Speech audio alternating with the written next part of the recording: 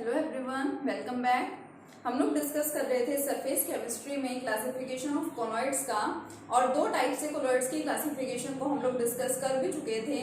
First one क्या थी? Classification on the basis of physical state of dispersed phase and dispersion medium. Dispersed phase और dispersion medium की physical state के basis पर हम लोगों ने कोलॉइड्स को क्लासिफाई किया था, जिसमें हम कोलॉइड्स की 8 डिफरेंट टाइप्स को स्टडी कर रहे थे। नेक्स्ट हमने क्लासिफिकेशन की थी लास्ट वीडियो के अंदर on the basis of interaction between the dispersed phase and dispersion medium. Dispersed phase और डिस्पर्जन मीडियम में किस तरह की इंटरेक्शन है, किस तरह के फोर्सेस ऑफ अट्रैक्शन प्रेजेंट है, उस बेसिस पे हमने कोलॉइड्स को 2 डिफरेंट पार्ट्स के अंदर डिवाइड किया था, lyophobic and lyophilic colloids. Lyophilic में अगर हम यहाँ दोनों केसेस में फिक्स कर देते हैं कि हमारा डिस्पर्जन मीडियम क्या है, वाटर है, तो हम लायोफिलिक एंड लायोफोबिक की जगह क्या वर्ड यूज कर लेते हैं? Hydrophilic and hydrophobic. Hydro word किसको रिप्रेजेंट करता है? वाटर को। आज हम थर्ड टाइप की क्लासिफिकेशन स्टडी करेंगे, और ये क्लासिफिकेशन किस बेस पे है? On the basis of type of dispersed phase particles. On the basis of type of dispersed phase particles, कि जो आपके डिस्पर्स्ड फेज के पार्टिकल्स हैं वो किस टाइप के हैं, किस टाइप का मतलब यहाँ पे आ जाता है कि क्या उनका साइज है। और इस बेस पे हम लोग कोलॉइड्स को 3 डिफरेंट पार्ट्स के अंदर डिवाइड करते हैं। First one is multi molecular. First वाले को हम लोग क्या बोलते हैं? Multi molecular colloids. Second one macro molecular colloids, and third one associated colloids। तो हम क्या करेंगे? हम पार्टिकल के साइज, कौन से पार्टिकल्स के साइज? डिस्पर्स्ड फेज के पार्टिकल्स के साइज के बेसिस पर कोलॉइड्स को 3 डिफरेंट पार्ट्स के अंदर डिवाइड करते हैं। 3 डिफरेंट पार्ट्स में हम उनको स्टडी करेंगे। First multi molecular colloids, second macro molecular colloids, and third associated colloids. देखिए, मल्टी का मतलब क्या होता है? Small, molecular is related to the molecules, ठीक है, या पार्टिकल्स। मैक्रो का मतलब क्या होता है? लार्ज। एसोसिएट का मतलब क्या होता है? एसोसिएशन हो जाना, एग्रीगेशन हो जाना, मींस कंबाइन हो जाना, ठीक है। अब आपको अच्छे से पता है कि हम लोग यहाँ पे कोलॉइड्स की टाइप्स के बारे में डिस्कशन कर रहे हैं, और कोलॉइड्स का जो साइज होता है, ठीक है, वो किस रेंज में लाई करता है? आपको अच्छे से पता है, 1 नैनोमीटर टू 1000 नैनोमीटर। यानी अगर आप कोलॉइड बनाना चाह रहे हैं तो डेफिनेटली कोलॉइड का साइज जो है that should lie in the range 1 nanometre to 1000 nanometre. 1 nanometre से 1000 नैनोमीटर के बीच में होना चाहिए, उसको आप बोलेंगे कि आपका कोलॉइड है या कोलॉइडल पार्टिकल है। अब देखो, मल्टी का मतलब क्या होता है? स्मॉल। हमारे पास कुछ बहुत सारे छोटे छोटे से पार्टिकल्स होते हैं जिनका साइज इस रेंज के अंदर लाई नहीं करता है, तो हम उसको कोलॉइड तो बोल नहीं सकते। तो ऐसे केस में क्या होता है? जो इतने सारे स्मॉल पार्टिकल्स हैं ये आपस में ही कंबाइन हो जाते हैं। मल्टी मोलिकुलर का मतलब मल्टी मींस छोटे छोटे और बहुत सारे जो हमारे पास पार्टिकल्स हैं, ठीक है। Multi means small, large number of particles आप बोल सकते हैं। छोटे छोटे लार्ज नंबर ऑफ पार्टिकल्स आपके पास प्रेजेंट है, वही पार्टिकल्स क्या हो जाते हैं? आपस में कंबाइन हो जाते हैं, और कंबाइन होकर के एक बड़ा पार्टिकल बना लेते हैं। और उस बड़े पार्टिकल का जो साइज है वो किस रेंज में लाई करता है? इस रेंज में लाई करता है। तो आप इस टाइप के कोलॉइड को जो कि बना है उसको आप लोग क्या बोलेंगे? Multi molecular colloids. किस टाइप के कोलॉइड की फॉर्मेशन हो जाती है? यहाँ पे मल्टी मॉलिक्यूलर कोलॉइड की फॉर्मेशन हो जाती है। एग्जांपल की अगर आप बात करना चाहें तो सबसे सिंपल एग्जांपल इस टाइप के कोलॉइड का क्या होता है? Sulphur sol. अगर आप लोग सल्फर का सोल बनाना चाह रहे हैं, ठीक है, अगर आप लोग सल्फर के कोलॉइड बनाना चाह रहे हैं, सल्फर का कोलॉइडल सोल आप लोग रेडी करवाना चाह रहे हैं, प्रिपेयर करवाना चाह रहे हैं, तो उसके लिए आपको किसकी रिक्वायरमेंट है? सल्फर मोलिक्यूल्स की रिक्वायरमेंट है। बहुत सारे लार्ज नंबर ऑफ अराउंड 1000 जो पार्टिकल्स है आपके पास सल्फर 8, ठीक है, अप्रोक्सीमेटली 1000 जो हमारे पास S8 के मोलिक्यूल्स हैं वो आपस में क्या होते हैं? कंबाइन हो जाते हैं, और कंबाइन होकर के एक बड़े साइज का पार्टिकल बना लेते हैं। कितने बड़े साइज का पार्टिकल बना लेते हैं? जो इस रेंज के अंदर लाई करता है, और इस रेंज के पार्टिकल्स को आप लोग क्या बोलते हैं? कोलॉइड्स बोलते हैं। तो फर्स्ट टाइप का हमारा कोलॉइड क्या हो गया? पार्टिकल की साइज के बेसिस पे मल्टी मोलिकुलर कोलॉइड। सेकंड का मतलब क्या है? Macro molecular colloids. मैक्रो का मतलब क्या होता है? लार्ज। अब आपके पास कुछ इस टाइप के भी सब्सटेंसेस प्रेजेंट होते हैं, कुछ इस टाइप के भी पार्टिकल्स प्रेजेंट होते हैं जो ऑलरेडी बड़े होते हैं, ठीक है। अब अगर वो ऑलरेडी बड़े हैं तो क्या कितने बड़े होते हैं वो लोग कि उनका साइज जो है वो इस रेंज के अंदर लाई करता है। ठीक है, इस टाइप के हम क्या करेंगे, इस टाइप के जो हमारे डिस्पर्स फेज का जो पार्टिकल हमारे पास प्रेजेंट है उसको आप डायरेक्टली डिस्पर्जन मीडियम में ऐड करवा दो, वाटर है या जो भी आपका डिस्पर्जन मीडियम है उसमें आप ऐड करा दो तो फटाफट से फॉर्मेशन हो जाती है मैक्रोमोलिकुलर कोलॉइड्स की। यानी मल्टीमोलिकुलर कोलॉइड्स में क्या होता है, छोटे छोटे पार्टिकल्स होते हैं, लार्ज नंबर ऑफ, ठीक है, बहुत सारे हमने छोटे छोटे पार्टिकल्स को देखो कंबाइन करके एक बड़े साइज का पार्टिकल बना दिया, वो क्या था, मल्टीमोलिकुलर कोलॉइड। मैक्रोमोलिकुलर कोलॉइड के अंदर ऑलरेडी साइज क्या होता है, बहुत बड़ा होता है, ठीक है, और उसको आप जस्ट डिस्पर्जन मीडियम के अंदर ऐड करवा देते हैं तो वो फॉर्मेशन करा देता है मैक्रोमोलिकुलर कोलॉइड्स की। कोलॉइडल सोल बन गया और उसको क्या बोल दिया, मैक्रोमोलिकुलर कोलॉइड्स। अब लास्ट देखिए जो आपका एसोसिएटेड कोलॉइड्स है, एक एग्जांपल की हेल्प से आपको बताऊंगी यहाँ पे, जो आप लोग स्टडी करते हैं अबाउट मिसल्स। मिसल्स आप लोग सोप फॉर्मेशन स्टडी करते थे 10th क्लास में। 10th क्लास का काफी इंपॉर्टेंट टॉपिक हुआ करता था ये, सोप एंड डिटर्जेंट्स को आप लोग स्टडी करते थे और क्लींजिंग एक्शन ऑफ सोप आप वहां पे पढ़ते थे। उस क्लींजिंग एक्शन ऑफ सोप के अंदर आप लोग मिसल्स फॉर्मेशन पढ़ते थे। तो एक्चुअल में जो मिसल है आपका, it is the perfect example of the associated colloid. ये एसोसिएटेड कोलॉइड का क्या है, एग्जांपल है। चलिए देखते हैं थर्ड टाइप का कोलॉइड हमारा एसोसिएटेड कोलॉइड, जिसके अंदर जिसका एग्जांपल क्या है, मिसल्स है, या इसको माइसल्स भी बोलते हैं। तो ये परफेक्ट एग्जांपल है एसोसिएटेड कोलॉइड का।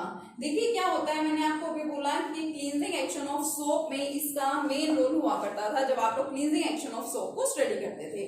और बहुत सिंपल तरीके से अगर आपको समझाऊं तो आप सभी को पता है सोप्स होते क्या है। सोप्स आर द सोडियम और potassium salts of higher fatty acid. जो हमारी हायर फैटी एसिड्स होती है, मींस कार्बोक्सिलिक एसिड जो है, हायर फैटी एसिड्स का मतलब containing large number of carbon atoms, large chain होती है जिसके अंदर कार्बन एटम्स की, ठीक है। तो सोडियम और potassium salts of higher fatty acids are known as the soaps. For example अगर मैं आपको बोलूं C17H35COONA, क्या है ये, सोडियम स्टीरेट है। स्टेरिक एसिड होती है हमारे पास में C17H35COOH, ये क्या है आपकी स्टेरिक एसिड है। और स्टेरिक एसिड में मैंने यहाँ पे H पॉजिटिव आयन को रिप्लेस किससे करवा दिया है, सोडियम आयन के साथ। तो ये क्या बन गया है, sodium salt of stearic acid, जिसे आप लोग क्या बोलते हैं, सोडियम स्टीरेट। और आपको ये भी पता है कि जो कार्बन एटम है, अगर मैं इसको चेन की तरह से रिप्रेजेंट करना चाहूं तो आप बॉन्ड लाइन नोटेशन से कार्बन को रिप्रेजेंट करते हैं, मींस इस टाइप की नोटेशन आप लोग स्टडी करते हैं। अब मैं सारे कार्बन एटम्स यहाँ पे आपको रिप्रेजेंट करके नहीं दिखा रही हूँ, जस्ट फॉर एक्सप्लेनेशन मैं आपको बता रही हूँ कि इस टाइप का स्ट्रक्चर होता है और उसके साथ में COONA आपके पास प्रेजेंट है, ठीक है। तो कार्बन एटम की चेन को आप इस तरह से रिप्रेजेंट करते हैं। अब होता क्या है, ये क्या है आपका सोप है। सोप को आप लोग क्या करते हैं, वाटर के अंदर डालते हैं, ठीक है, यस। अब जब आप इसको क्या कर रहे हैं, वाटर में डिसोल्व कर रहे हैं तो ये 2 पार्ट्स के अंदर डिवाइड हो जाता है, किस तरह से, C17H35COO negative and Na positive क्या हो जाता है, सेपरेट हो जाता है। तो अभी आपके पास जो क्लींजिंग एक्शन के लिए रिस्पॉन्सिबल है, जो आप स्टडी करते हैं, उसके अंदर इसी का ही मेन रोल होता है। तो मैंने सपोज आपको कार्बन एटम्स की चेन दिखा दी यहाँ पे, और इधर क्या है, COO नेगेटिव वाला पार्ट यहाँ पे प्रेजेंट होता है, ठीक है। अब देखो देखा जाए तो हमारा ये जो सब्सटेंस है यहाँ पे, जो आपका आयनिक सब्सटेंस है, इसके 2 पार्ट्स होते हैं। इसको तो क्या बोला जाता है, इसको बोला जाता है हेड, ठीक है। ये जो हमारा आयनिक पार्ट है इसको तो आप लोग क्या बोलते हैं, हेड बोलते हैं। और जो बाकी का हाइड्रोकार्बन पार्ट बच गया है, इसे आप लोग क्या बोलते हैं, टेल, ठीक है। ये क्या है, ये हेड है और ये क्या है, टेल है। अब हेड देखिए आयनिक है, ठीक है, आयनिक है मींस पोलर, पोलैरिटी के अंदर आ रहा है, यहाँ पे पोल डेवलप हुआ है। और वाटर जो है, वाटर भी आप सभी को पता है कि पोलर होता है। इट मींस इसका वाटर के साथ स्ट्रॉन्ग अट्रैक्शन होता है, it is water loving, water loving है ये यहाँ पे। तो यानी ये क्या होगा, ये वाटर के अंदर डिसोल्व होता है। वाटर के अंदर डिसोल्व होने का मतलब क्या है कि वाटर लविंग है और वाटर के कॉन्टेक्ट में रहता है, वाटर के साथ इसकी अट्रैक्शन होती है। और ये जो हमारा हाइड्रोकार्बन पार्ट है, अब हाइड्रोकार्बन पार्ट नॉन पोलर है और वाटर रिपेलिंग है, तो आप इस पार्ट को क्या बोल सकते हैं, इट इज योर हाइड्रोफोबिक, क्योंकि ये हाइड्रोफोबिक है, वाटर को पसंद नहीं करता है, वाटर को हेट करता है। और ये वाला पार्ट कैसा है आपका, hydrophilic, it loves water, water को ये लव करता है, ठीक है, इट इज वाटर लविंग। तो ये 2 तरह से हम इसमें डिवाइड कर लेते हैं। अब होता क्या है कि जब आपने सोप को वाटर के अंदर ऐड किया, डिसोल्व किया, तो ये पार्ट बन गए। अब देखिए बहुत सारे पार्टिकल्स होते हैं, सपोज ये एक बना दिया मैंने, ये दूसरा दिखा दिया, ये तीसरा दिखा दिया और ये चौथा इस तरह से। अब जब देखिए इन सब्सटेंसेस की, अभी हम इसको मिसेल्स नहीं बोल रहे हैं, माइसेल्स नहीं बोल रहे हैं, जब इन सब्सटेंसेस की, जिसके अंदर दो पार्ट्स हैं, इसका हेड और इसकी टेल, जब इन सब चीजों की यहाँ पे, इन सब सब्सटेंसेस की यहाँ पे कंसंट्रेशन कम होती है, मींस इनका बहुत कम अमाउंट है, तब तो कुछ फर्क नहीं पड़ता, ये सब ऐसे ही रहते हैं अलग अलग। लेकिन जैसे जैसे सोप को आप फर्दर वाटर में डिसोल्व करवाते जाते हैं और large number of this type of species are produce, इस तरह की जब लार्ज स्पीसीज बन जाती हैं तो फिर ये क्या करते हैं, ये अपने आप को एग्रीगेट कर लेते हैं, सारे के सारे आपस में एग्रीगेट हो जाते हैं, कंबाइन हो जाते हैं और एक बड़े पार्टिकल की फॉर्मेशन करते हैं, और एक्चुअल में उसी बड़े पार्टिकल को आप लोग क्या बोलते हैं, मिसेल या फिर माइसेल्स बोलते हैं। तो देखिए सपोज ये क्या है, ये वाटर के अंदर प्रेजेंट है, ठीक है, वाटर के अंदर आपने जब सोप को डिसोल्व हुआ तो ये बना।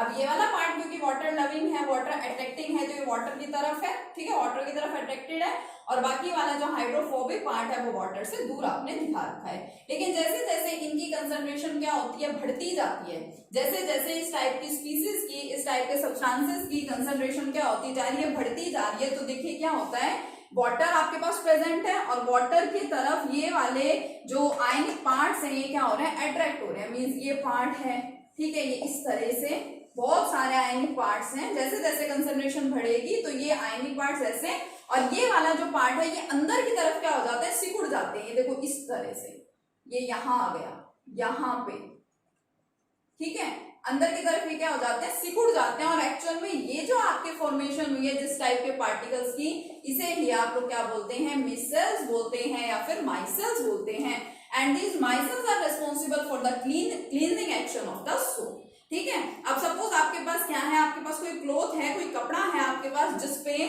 ऑयल या ग्रीस का क्या हो गया, दाग लग गया है, ठीक है, कोई क्लॉथ है आपके पास जिसके ऊपर ऑयल या ग्रीस का दाग लग गया है, तो आपको पता है अच्छे से कि जो ऑयल है दैट इज हाइड्रोकार्बन, जो ऑयल होता है वो हाइड्रोकार्बन ही होता है, और हाइड्रोकार्बन और इस वाले ये जो हाइड्रोकार्बन पार्ट है विच इज एक्चुअली हाइड्रोफोबिक, इनके अंदर आपस में क्या होती है, अट्रैक्शन होती है, और ये सारे ये जो पार्ट है जो इसके अंदर प्रेजेंट है, जो सिकुड़ गया है अंदर, ये हाइड्रोफोबिक पार्ट ये क्या करता है, ये ऑयल या ग्रीस को सिकुड़ लेता है, मतलब इसको अपने बीच में एंट्रैप कर लेता है और उसको क्लॉथ से निकाल फेंकता है बाहर, ठीक है। तो क्लींजिंग एक्शन के लिए आप लोग क्लींजिंग एक्शन को डिटेल में पढ़ चुके हैं 10th क्लास में, तो क्लींजिंग एक्शन के लिए एक्चुअली माइसेल्स ही क्या होती हैं, रिस्पॉन्सिबल होती हैं, ठीक है। और इस टाइप का जो कोलॉइड बन गया है एग्रीगेशन से बना है, ठीक है, एसोसिएशन से बना है, so this type of colloid is known as the associated colloid. इस टाइप के कोलॉइड्स को आप लोग क्या बोलते हैं, एसोसिएटेड कोलॉइड बोलते हैं। तो अभी मैंने आपको कहा कि जब इसके कम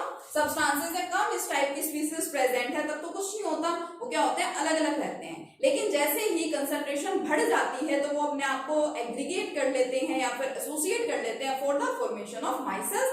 तो इट मींस जो माइसेल्स फॉर्मेशन है वो एक पर्टिकुलर कंसंट्रेशन पे ही हो सकती है, या हम भी बोले एक पर्टिकुलर कंसंट्रेशन के अबव ही हो सकती है, and that particular concentration is known as the critical micelles concentration, CMC, critical micelles या माइसेल्स दोनों तरह से उसको बोला जाता है, ठीक है, देख लीजिएगा, क्रिटिकल माइसेल्स और मिसेल्स कंसंट्रेशन। इसी तरह से एक पर्टिकुलर टेम्परेचर की भी रिक्वायरमेंट होती है मिसेल्स की फॉर्मेशन कराने के लिए। अब वो टेम्परेचर जिसके ऊपर मिसेल्स की फॉर्मेशन होती है, that temperature is known as the Krafft temperature which is represented by T K represents here Krafft, ठीक है। जैसे आपको पता है कि मान लीजिए आप सोप को या आप क्या कर रहे हैं, आप डिटर्जेंट को डिसोल्व करा रहे हैं वाटर के अंदर, तो आपको पता है जो झाग बनेगी आप उसको डिसोल्व कराएंगे तो ठंडे पानी के अंदर जो झाग है वो इतनी आसानी से नहीं बनती है जितनी की वो गर्म पानी के अंदर बन जाती है, ठीक है। तो इसका मतलब एक पर्टिकुलर टेम्परेचर के अबव ही मिसेल फॉर्मेशन होती है, and that particular temperature is known as the Krafft temperature. तो हमने क्या किया है, हमने क्लासिफिकेशन पढ़ लिया है कोलॉइड्स का on the basis of type of disperse phase particles, और उस क्लासिफिकेशन में हमने कोलॉइड्स को 3 डिफरेंट पार्ट्स के अंदर 3 डिफरेंट टाइप्स के अंदर डिवाइड किया था, multimolecular colloids, macromolecular colloids and associated colloids. जो हमारे मल्टीमोलिकुलर कोलॉइड्स थे उसका एग्जांपल मैंने आपको दिया कि for example we have to make sulphur sol, हमें सपोज सल्फर का सोल बनाना है तो उसके लिए अप्रोक्स 1000 हम मॉलिक्यूल्स ले रहे हैं S8, ठीक है, और इतने सारे मॉलिक्यूल्स आपस में कंबाइन होकर के क्या बना रहे थे, फॉर्मेशन करा रहे थे मल्टी मॉलिक्यूलर कोलॉइड्स की।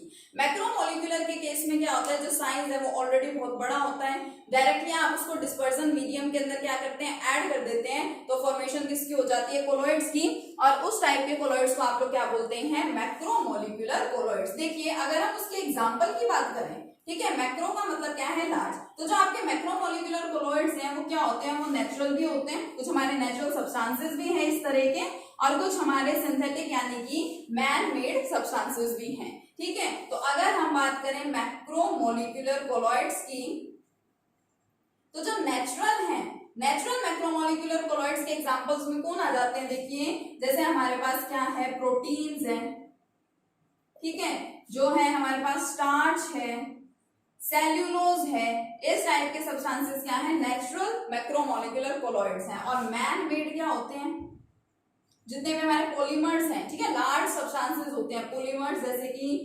पॉलीथीन, नायलॉन, पॉलीस्टाइरीन एक्सेट्रा, इस तरीके, ठीक है, ये एग्जांपल्स हैं मैक्रोमोलिक्यूलर कोलॉइड्स के। और एसोसिएटेड कोलॉइड्स जो हमने लास्ट में स्टडी किया, उसके एग्जांपल्स क्या है, मिसेल्स, या जिसको आप माइसेल्स भी बोलते हैं। तो ये क्लासिफिकेशन हो गई है कोलॉइड्स की तीनों तरीके से। अब नेक्स्ट वीडियो के अंदर हम लोग डिस्कशन करेंगे about preparation of the colloids. जैसा कि हमने लास्ट लेक्चर में लायोफिलिक एंड लायोफोबिक कोलॉइड्स को स्टडी किया था, तो वहां मैंने आपको बताया था कि जो लायोफिलिक कोलॉइड्स हैं वो तो बहुत इजीली बन जाते हैं। किस तरह से बन जाते हैं, डिस्पर्स्ड फेज और डिस्पर्जन मीडियम एक दूसरे से क्या होते हैं, अट्रैक्टिव होते हैं, दोनों के अंदर स्ट्रॉन्ग फोर्सेस ऑफ अट्रैक्शन है, स्ट्रॉन्ग इंटरेक्शन है, दोनों को जस्ट आप शेक करते हैं तो फॉर्मेशन हो जाती है लायोफिलिक कोलॉइड्स की। लेकिन लायोफोबिक कोलॉइड्स के केस में ऐसा नहीं था, वहां पे इतनी ज्यादा अच्छी अट्रैक्शन या इंटरेक्शन प्रेजेंट नहीं होती है, और इसके लिए कुछ स्पेशल मेथड्स की रिक्वायरमेंट होती है, ये मैंने वहां पे मेंशन किया था। अब वो जो स्पेशल मेथड्स हैं for the formation of lyophobic sols और लायोफोबिक कोलॉइड्स, एक्चुअल में वही मेथड्स हम लोग नेक्स्ट वीडियो के अंदर डिस्कस करने वाले हैं, ठीक है। तो नेक्स्ट लेक्चर में मिलेंगे प्रिपरेशन ऑफ कोलॉइड्स के साथ। तब तक के लिए कीप लर्निंग, थैंक यू।